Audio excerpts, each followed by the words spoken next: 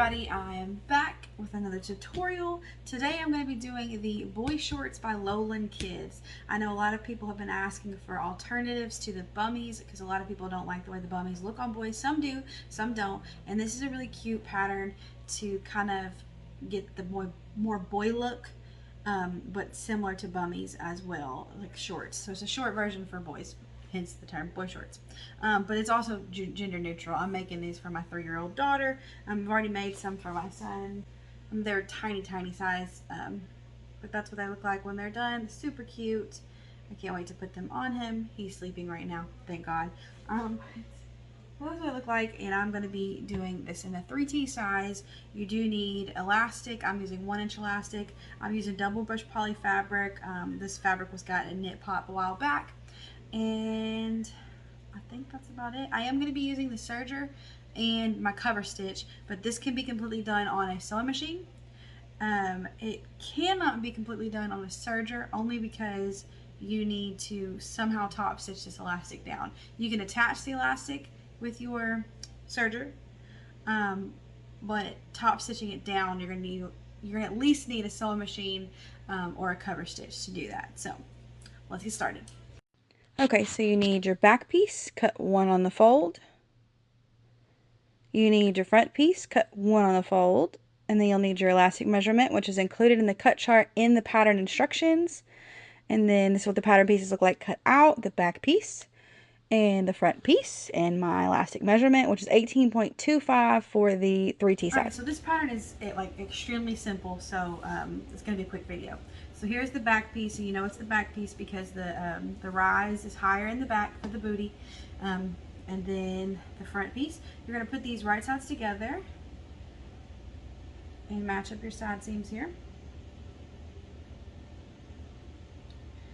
Match up your crotch seam too. This is going to be a super quick pattern. How many times can I say super? Just match up your side seams, and literally what you're going to do, so your side seams serge or zigzag stitch with the sewing machine, and then the crotch curve here as well, and then we'll put this elastic together and attach the elastic, top stitch the elastic down, hem the legs, and you're good to go. You can add optional drawstring if you wanted to. I'm not going to do that. I'm just going to make these super simple and to the point. Alright, so let's go to the serger. Alright, so I'm going to serge the side seams and then the crotch seam.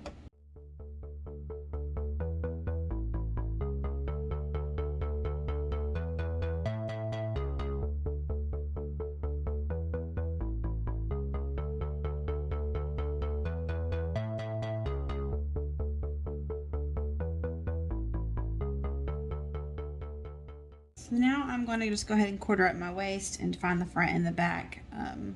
So I fold it side seams like this. These are my side seams, and this is the front and the back here. And so I'm just going to find the true middle of the front and the back and use those side seams as points. And that's what I'll do to do my elastic. You can go ahead and hem these, the legs if you want to. I'm going to hem them up a 1/2 inch. So basically you just fold them up 1/2 inch. I eyeball it. A lot of people measure. I just eyeball it. I've done this for so long now that I pretty much know that, you know, that's pretty good. Especially with the cover stitch, you have to blind hem anyway. So that's pretty much my 1/2 inch there. So I'm going to go ahead and cover stitch that. My legs down, if you don't have a cover stitch and you have a sewing machine, or you can even do a blind hem stitch, or blind hem, I think that's what it's called.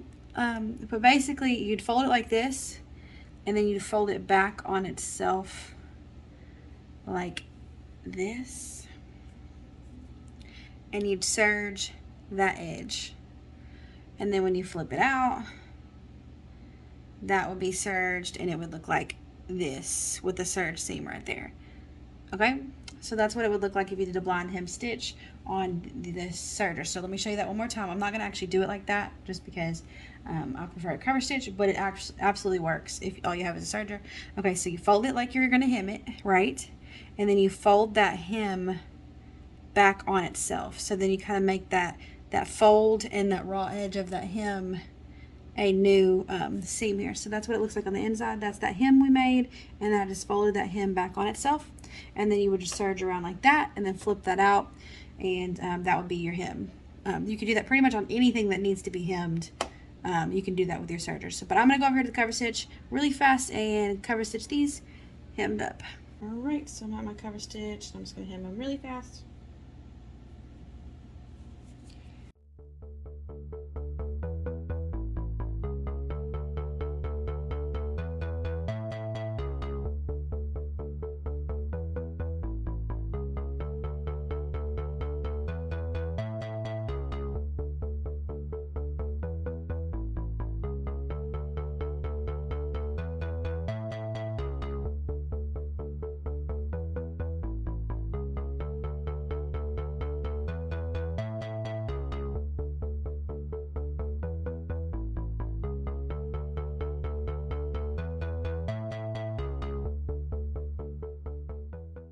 Alright, so now these are both hemmed, and we're going to go to the sewing machine to top stitch or to attach our elastic together. Alright, so basically I'm just going to make this elastic. I'm going to fold it over about a ½ inch. Not fold it over, but overlap it so that you make it a complete circle like this. I'm going to make a zigzag, or use a zigzag stitch here. And then I'm just going to kind of put it underneath here. I'm going to hold it right here at the bottom. And I'm going to zigzag stitch, back stitch when you start, and then zigzag stitch it down, back stitch, and then I'm going to start back up here.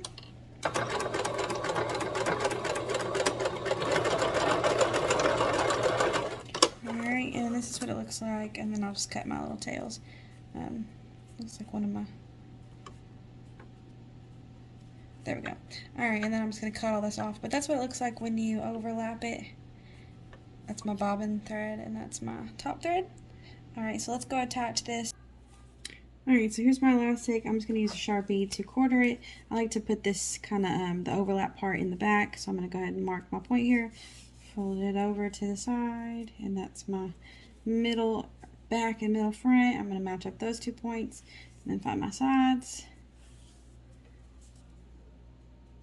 Alright, so I've got those all done. I've already got the waist quartered up. So I've got this garment, which is the shorts. It's still inside out. And I'm just going to get some pins here, or clips, whatever you have. And with your garment still inside out, go ahead and match up your points. So I've got this point here. I'm going to put it here to the back. And when I serge my elastic on, I leave a 1/4 inch of the fabric at the top to serge off, so that when I serge it, I don't cut any of the elastic, and I just cut that fabric off, and the seam is right on the elastic. So I'm not cutting any of the elastic. That's just what I do. And then you follow it over to your side seams here. Same thing, just match up that point with the side seam. And I'm just pinning. And then now I'm at the front, match up that point. Trying to maintain that 1/4 inch from the edge here. Alright, with the last one I typically don't add a pin, because that's what I go ahead and put underneath my serger knife. So, still maintaining that 1/4 inch away from the edge. I'm going to go ahead and put this underneath, trying to make sure that the point where I want it to go, and that my elastic is not by the knife. Okay.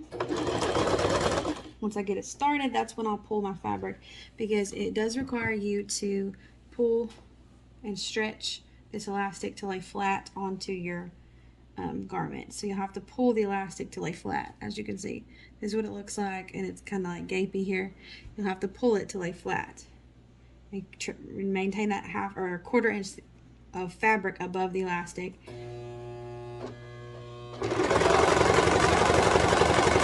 And you may have to actually direct it with your hand up here too, to kind of pull it through.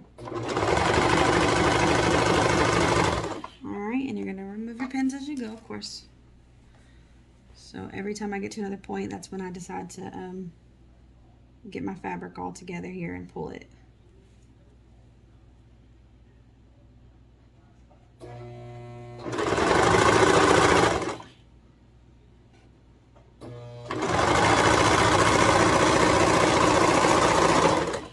Alright, next pin.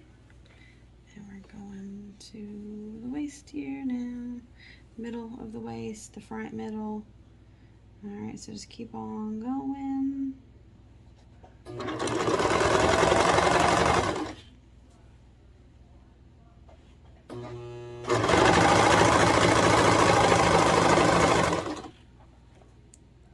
As you can see, I cut that, the fabric is getting cut off, and it's just right up against the edge of the elastic. So I'm not cutting any elastic. That will dull your blade really quick. It's not the end of the world if you do it, but you will dull your blade really quick, and your needles really, but all right, let's keep on going. Almost done.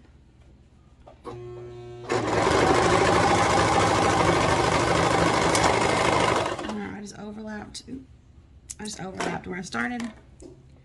And then I'm just going to use my nitpicker here to pull this tail in, just so we don't have any unraveling. Just like this. Cut that excess off. And now all we have to do is top stitch this waist down. And so what I like to do is, this is where you'd add your tag, obviously, as well.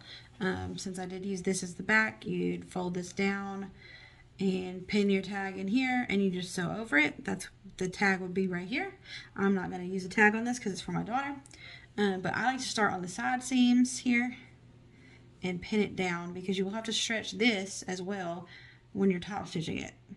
So I'm going to use my side seams as my points of reference, because those are going to line up no matter what. You want your side seam to line up with that seam. Alright, and then how I, see if I can get this on camera here. So I like to pull my points like this, and then kind of use my stomach or something on a table to pull it up, so you pull all that slack off that elastic, and then I just kind of sit it down with it kind of pulled tight like that, sit it down, and then just kind of walk your fingers in, and that's how I find the middle point here. And I feel it because I know I put that overlap elastic in the back. But as you can see, now the elastic now the elastic gathers are even on that piece after I pinned it. So like I could guess that's the front, but like I like to make sure I know. Alright, so I'm going to do that again here with the front. Same thing. You don't have to do this one as crazy though, because the back, you just want to make sure you get all that slack out when you pin it. Alright. Pinning it, and then this part you would either go to your sewing machine and top stitch this elastic down on that serged edge, and then you'd have a seam showing on this side, not a seam showing, you'd have some stitching showing on this side. With a sewing machine, you could use a zigzag stitch, you could use a lengthened straight stitch if you wanted to, because you are going to be stretching this when you're sewing. So the straight stitch would work. Zigzag stitch is going to be the best. A zigzag stitch is going to be the best on a sewing machine, but I'm going to use my cover stitch, so come with me and get this done. Alright, so with the cover stitch, you are going to be blind hemming, and so it's 1 inch, and I'm going to use these line guides over here, and you will need to remove your pins as you go. And put this under here, make sure that my line guides matching up. Alright, I'm going to start just a little bit on the side seam. Alright, so once I get it started, that's when I'll start stretching my fabric. And you want all the wrinkles out of it, and you will have to kind of keep it tight here and pull that fabric tight.